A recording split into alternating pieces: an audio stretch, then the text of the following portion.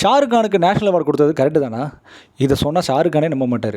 இந்த வீடியோ கண்டிப்பாக இன்ட்ரெஸ்ட்டாக இருக்கும். ஸோ சேனலை மறக்காமல் ஃபாலோ பண்ணிக்கோங்க. 71வது நேஷனல் அவார்ட். போன வருஷம் லிஸ்ட்டு பார்க்கும்போதே நான் மதிக்கக்கூட முடிவு பண்ணிட்டேன். இந்த வருஷம் அதை கன்ஃபார்மே பண்ணிட்டேன். ஏன்னா ஷாருக் கானுக்கு நேஷனல் அவார்டு, அதுவும் எந்த படத்துக்குன்னா ஜவான் படத்துக்கு. அட பாவிலா, 30 வருஷமாக எங்கடா கோலம் போட்டிருந்தீங்க? இதுக்கு முன்னாடி அந்த மனுஷன் நல்ல நல்ல படங்கள்லாம் நடிச்சிருந்தான். அப்போல்லாம் உங்கள் கண்ணுக்கு தெரியல.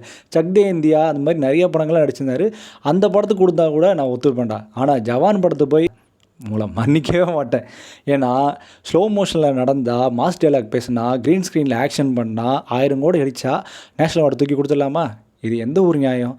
விக்ராந்த் மசிக்கு கொடுத்தது கண்டிப்பாக ஓகே, ஏன்னா 12th ஃபெயிலில் ஒரு சூப்பரான பர்ஃபார்மன்ஸ். ஆனால் நீங்கள் ஷேடா அப்படின்னு கொடுக்கும்போது, ஆடு ஜீவித்தில் பிருத்திவிராஜ்னு ஒரு மனுஷன் உயிரை கொடுத்து நடிச்சிருந்தான். அவனை ஏன் மிஸ் பண்ணிங்கன்னு தான் எனக்கு இப்போ வரைக்கும் தெரில. அந்த படத்தில் ஒரு உணர்ச்சி பூர்வமான ஆக்டிங். அவர் அந்த டெசர்ட்டில் கால் வழியில் நடக்கும்போது எனக்கே வலிச்சது. அந்தளவுக்கு மனுஷன் அந்த நடிப்பில் நம்மளுக்கு உணர வச்சான். உண்மையாகவே டெசர்ட்குள்ளே போக வச்சு மனுஷனை ஒல்லியாக்க வச்சு சாப்பாடு கீப்பாடு கொடுக்காம அவரை பார்க்கும்போதே பாவமாக இருக்கும். அந்தளவுக்கு மனுஷன் நம்மளுக்கு அந்த நடிப்பை உணர்வுபூர்வமாக கொடுத்துருப்பாரு. அதுதான் நடிப்பு. அதுக்கு பேர் தான் நடிப்பு. ஜவான் படத்தில் இப்படி கையை தூக்கி இப்படி பண்ணுறது இருக்குல்ல, அது இல்லை நடிப்பு.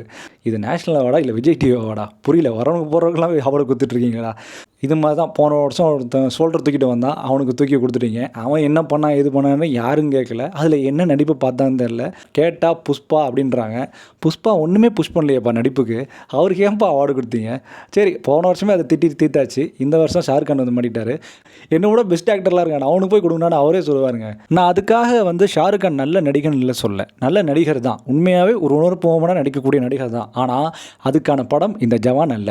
இதுக்கு முன்னாடி அவரோட படங்கள் நிறைய படங்கள் இருக்குது. அந்த படங்களை நீ நோட் பண்ணி அவார்டு கொடுத்துருந்தீங்கன்னா நான் அப்போ நேஷனல் அவார்டை தூக்கி வச்சு கொண்டாடுவேன். ஆனால் ஜவான் படத்துக்கு கொடுத்தது ஒரு வேல்யூவே இல்லை. அது யாராலையுமே ஒத்துக்க முடியாது. போகிற போக்க பார்த்தா பாலையாக்கு டாக்கு மகராஜ் படத்துக்காக கொடுத்துருவீங்க போல இருக்கு. ஐயோ, இதை நினச்சாவே எனக்கு பயமாக இருக்குது. அடுத்து கேரளா ஃபெயில் மற்றும் பகவான் கேசரி, இந்த 2 படத்துக்கும் பயங்கரமாக அவார்டெலாம் கொடுத்துருக்காங்க. அதை நெக்ஸ்ட் வீடியோவில் வச்சு பேசுவோம்.